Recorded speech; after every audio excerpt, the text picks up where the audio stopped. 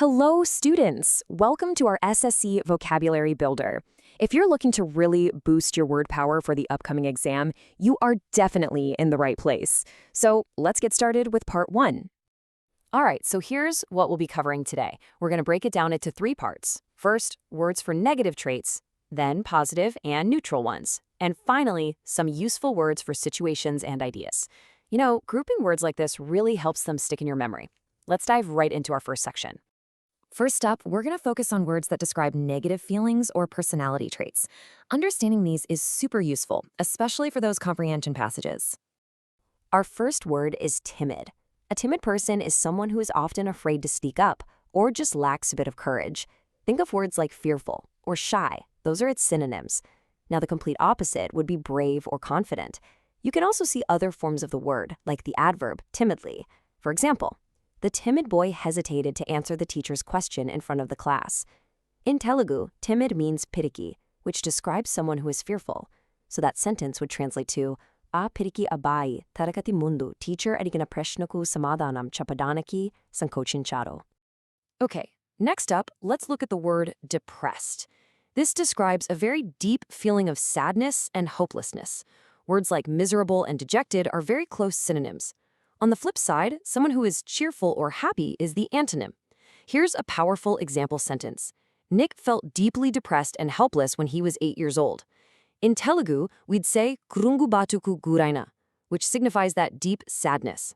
So the sentence translates to, Enimidella vayasulo Nick tivramaina nirasha mariu nissahayataku lonayadu. Here's a word you're probably familiar with, but it's an important one. Lazy. It simply means being unwilling to work or use any energy. You might see synonyms like idle or sluggish. The antonyms, of course, are positive traits like active and hardworking. Let's look at the example. The lazy student failed to complete his Unit 1 assignments on time. The Telugu meaning for this is baddakasturaina, which is used for someone who really dislikes work. So the example means, ఆ బద్ధకపు విద్యార్థి తన Unit 1 అప్పగింతలను సకాలంలో పూర్తి చేయడంలో విఫలమయ్యాడు. All right, now for the word self-centered. This describes someone who is really preoccupied with themselves. You could also say selfish or egocentric. The opposite qualities would be selfless and generous. The example sentence really brings this to life. This self-centered man never helped his neighbors in times of need. In Telugu, this is swarthapurita, meaning someone who only thinks about themselves. So the sentence means, ఆ స్వార్థపరుడు అవసరమైన సమయాల్లో తన పొరుగు వారికి ఎప్పుడూ సహాయం చేయలేదు. Let's explore a very strong emotional word, distraught. Now, this isn't just about being sad. It means being extremely upset or anxious. Think of words like devastated or distressed. And of course, to be calm or peaceful would be the complete opposite. Here's a very impactful example. Nick's distraught mother couldn't bear to look at him when he was born without limbs. In Telugu, the meaning is Tivramaina kalata chandina, which really captures that intense emotional pain. So the sentence translates as, Nick avyavalu lekunda putinapru, atani tali a badano bharinchalaకపోయింది. Let's move on to fraudulent. This is an adjective used to describe something that's intended to cheat someone, usually for money. Deceitful and fake are great synonyms to remember. The antonyms are pretty straightforward, honest and genuine. Here's how you might see it used. The dishonest man was arrested for submitting fraudulent documents to the bank. In Telugu, this is mosapurita which is related to deception. So that example means, banku kuinakili patralu samarpinchanandugu, anijaiti leni vyaktinu, arrestu chesaru. Now, when someone will do pretty much anything just for money, you can describe them as a mercenary. This is a person who is greedy or money-oriented. The opposite would be someone who is altruistic or generous. For instance, the mercenary soldier cared only about his payment, not about defending the country. The Telugu term for this is dhanashagala, which refers to a person who works only for money. So the sentence translates to, ఆ కిరాయి సైనికుడు తన జీతం గురించి మాత్రమే పట్టించుకున్నాడు, దేశాన్ని రక్షించడం గురించి కాదు. Our next term is misogynist. This refers to a person who hates women. Synonyms you might come across are woman hater and sexist, while the antonyms would be feminist or philogynist. Here's an example of how it's used. His offensive comments in the meeting proved that he was a true misogynist. In Telugu, this is strilanu dweshinchevaru. So the sentence means, సమావేశంలో అతను చేసిన అభ్యంతరకరమైన వ్యాఖ్యలు అతను నిజమైన స్త్రీ ద్వేషి అని నిరూపించాయి. And the final word in this section is incorrigible. This describes a person, or maybe a habit, that just cannot be corrected or changed. It's like something is hopeless or unmanageable. The opposite would be reformable or obedient. For example, despite the teacher's many warnings, the incorrigible student continued to disrupt the class. The Telugu meaning is sarididdaleni, something that can't be fixed. So the example means, teacher enni hachirikalu chesina aa sarididdaleni vidyarthi taragatiki ఆటంకం కలిగిస్తూనే ఉన్నాడు. Great work on that first section, everyone. Now, let's shift our focus a bit. In this next part, we're going to explore words that describe positive or sometimes neutral personality traits. We'll start with a lovely word, placid. It describes a state of being very calm and peaceful, not easily irritated or upset. It's similar to tranquil. The opposite would be agitated or turbulent. Notice how it's used here? Even during the stressful exam, her expression remained placid and focused. In Telugu, this is prashantamaina, describing a calm nature. So the sentence means, ఒత్తిడితో కూడిన పరీక్షా సమయంలో కూడా ఆమె ముఖ కవళికలు ప్రశాంతంగా మరియు ఏకాగ్రతతో ఉన్నాయి. Next up is a word I'm sure you've heard before, introvert. This is a quiet person who prefers to be with their own thoughts rather than spending lots of time with other people. A loner or a reserved person are similar ideas. The direct opposite, of course, is an extrovert. Here's an example with a very famous personality. Narayana Murthy was an introvert who never shared his unhappiness or helplessness with anybody. The Telugu term for this is antarmukhuru. This translates to Narayana Murthy aka antarmukhuru, atanu tana asantruptini leda nissahayatanu yavaitonu panjukoledu. Here's a really powerful and positive word, perseverance. This is the quality of continuing to try and achieve a goal no matter how difficult it gets. Think persistence or determination. Just giving up would be the clear antonym. This example is very inspiring. Through sheer perseverance, Narayana Murthy built a globally successful software company. In Telugu, this quality is known as pattudala. The sentence beautifully translates to Aparamaina pattudalado, Narayana Murthy prapancha vyaptamga, Vijayavantamaina software company nirminchado. Our next word is philanthropist. This is a person who uses their wealth or their time to help other people and mankind in general.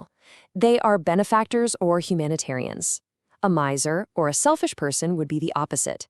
For example, the billionaire philanthropist donated half of his wealth to build free schools in rural villages. In Telugu, we call such a person a paropakari.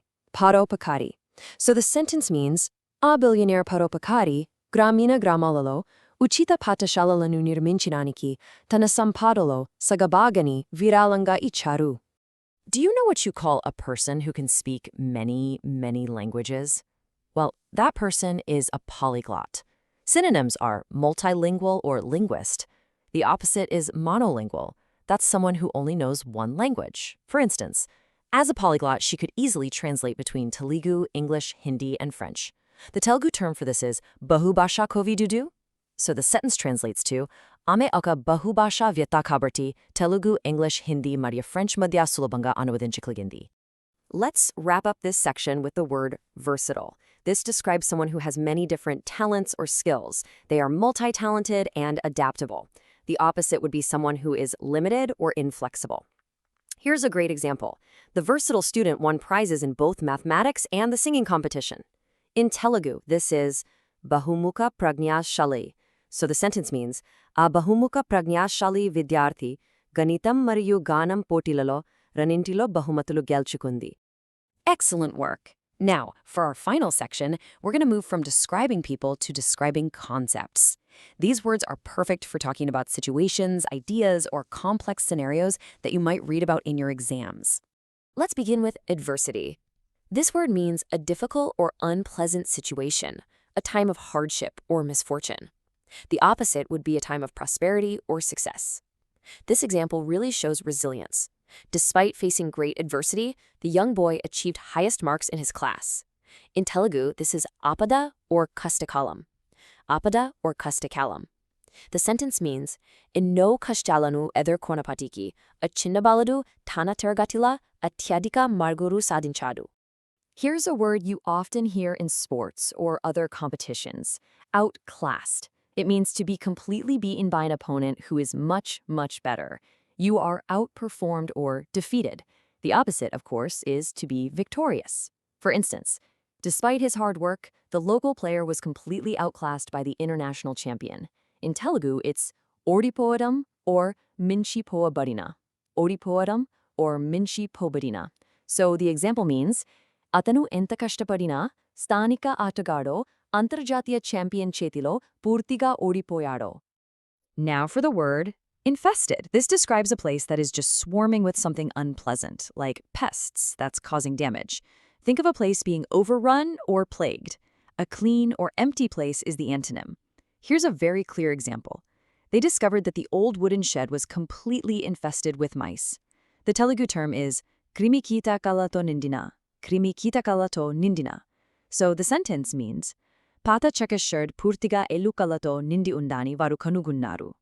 Let's look at a word that's all about the birth of an idea: conceive. It means to form a plan or an idea in your mind, to imagine or think of something. Misunderstand or ignore would be the opposites. Here's how it's used. It is hard to conceive how he managed to solve such a difficult math problem so quickly. In Telugu, this is uhinshu or bhavinshu. Uhinshu. The example means, anta kashtamayna ganita samasyanu atanu anta twaraga ela parishkarinchagaligaado uhinchadam kashtam. Our second to last word is a strong one: convictions. These are firmly held beliefs or principles. They are your certainties. The opposite of this would be having doubts or disbeliefs. For example, he stood firmly by his moral convictions, even when all his friends disagreed with him. The Telugu term is Drudamaina Namakalu, which means strong beliefs. The sentence translates to, Atani snehitalandaru vibedinchinapariki, atanu tana naitika viswasalaku drudanga kattubadi unnadu. And our final word for this session is epitaph. An epitaph is simply the words written on a tombstone in memory of the person who has passed away. It's an inscription or a commemoration. For instance, his epitaph simply read, a good man who loved his family and served his country.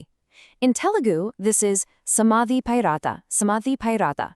The example means, Atani Samadhipai, tana kutumbani preminchi, deshaniki seva chesina oka manchi vyakti ani vrasi unde. And that brings us to the end of part 1. Keep practicing these words, review them often, and all the very best with your SSC preparation. We'll see you in the next part.